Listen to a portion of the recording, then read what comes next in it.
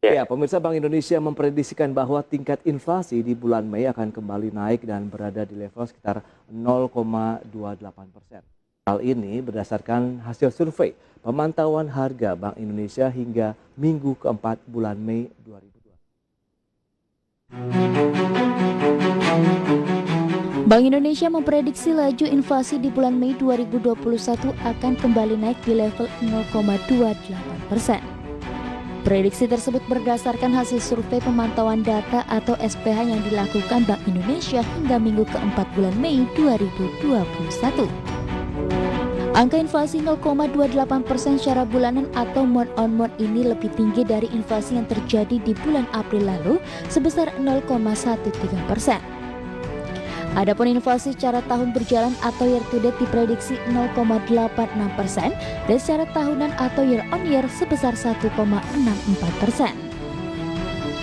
Direktur Eksekutif Kepala Departemen Komunikasi Bank Indonesia Erwin Haryono seperti dikutip media mengatakan, penyumbang utama inflasi Mei 2021 yaitu komoditas angkutan antar kota 0,09%, daging ayam ras yang naik 0,06% serta daging sapi dan emas perhiasan masing-masing naik 0,03%. Kemudian jeruk dan minyak goreng yang naik 0,02%, kelapa, kangkung, kentang, bayam, udang basah, ikan tongkol, ikan kembung dan angkutan udara yang masing-masing mengalami inflasi 0,01%.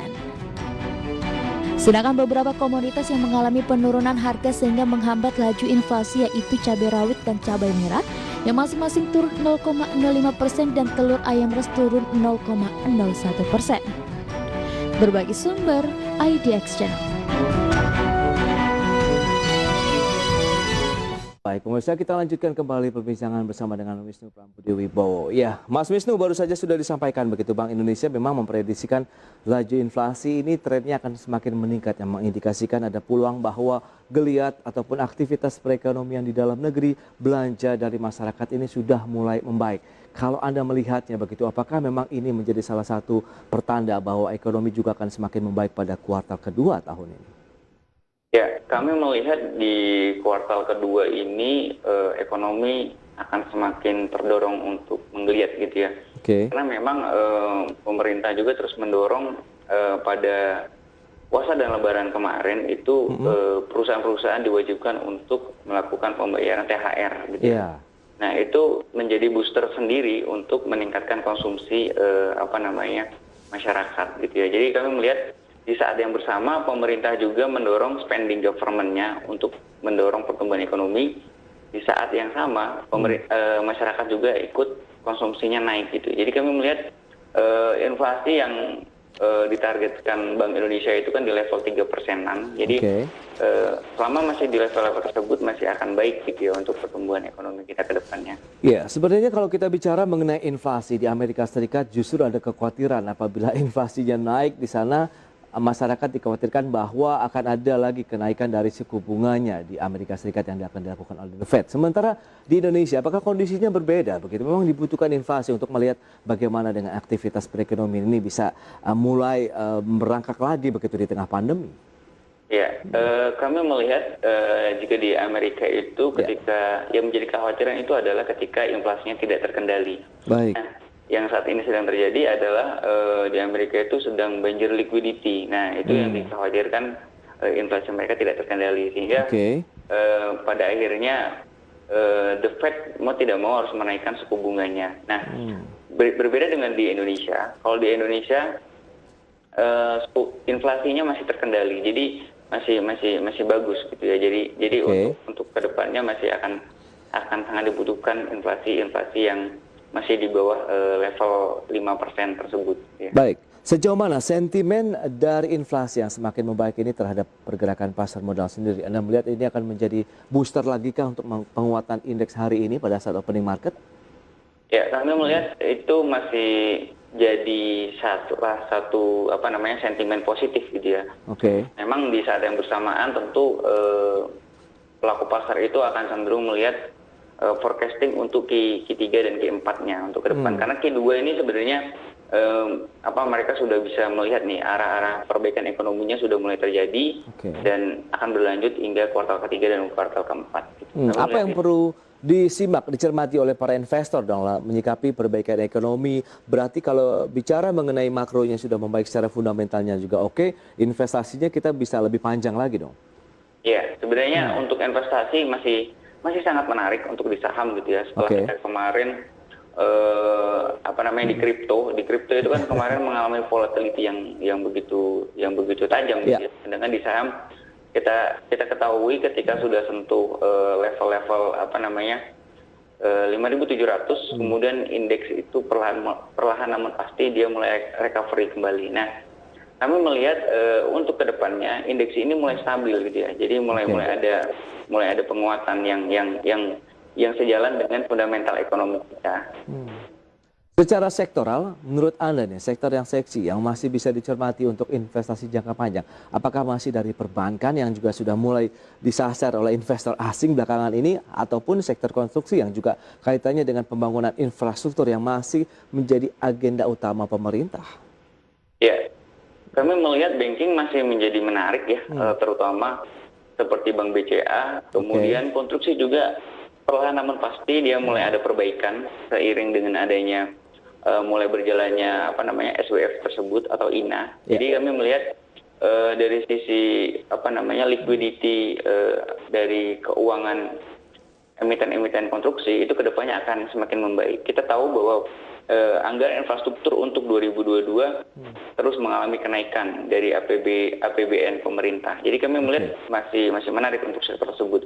Di saat yang sama juga sektor konsumsi kami melihat ini mulai ada tanda-tanda pemulihan. Karena kita lihat seperti Unilever, kita lihat beberapa hari terakhir sudah pergerakan harga sahamnya sudah di atas MA5, jadi sudah mulai ada tanda-tanda pemulihan. Sebelumnya downtrend dan saat ini sudah masuk ke fase mulai ada kenaikan uptrendnya. Baik, kalau perbankan mungkin yang bisa disasar nanti pada saat opening market ataupun cicil belilah, karena peluang indeks Anda katakan masih ada tenaga begitu untuk melaju lagi. Apa saja? Apakah the big four itu yang masih menjadi andalan?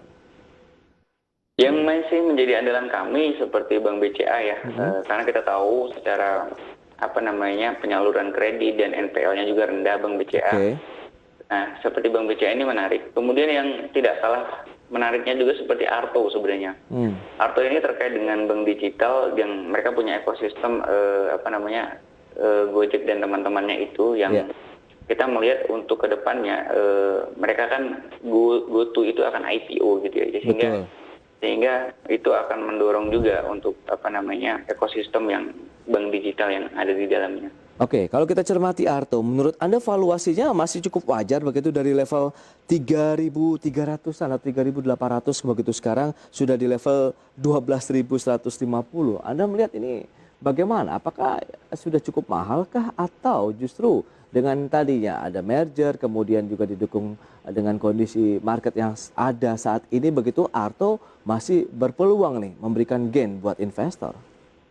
Sebenarnya kalau kita melihat secara valuasi tentu sudah mengalami kenaikan yang signifikan gitu, tidak murah lagi karena memang yang menarik dari Arto ini adalah future bisnis ke depannya gitu ya. Jadi berbeda kasus dengan seperti Bank BNI yang Facebook value-nya aja masih rendah gitu ya, masih di bawah 1 gitu. Jadi yang dijual Arto ini adalah future value-nya ke depannya gitu. Jadi kami melihat masih menarik gitu ketika mengalami koreksi gitu, itu bisa menjadi peluang sebenarnya untuk melakukan pembelian. Oke, Arto kalau kita lihat berarti ada batasan support resisten yang perlu dilihat begitu ya. 12.150 closing market kemarin, apakah ada peluang ada tekanan jual begitu dalam artian profit taking yang kemungkinan dialami sehingga bisa menjadi posisi beli yang menarik?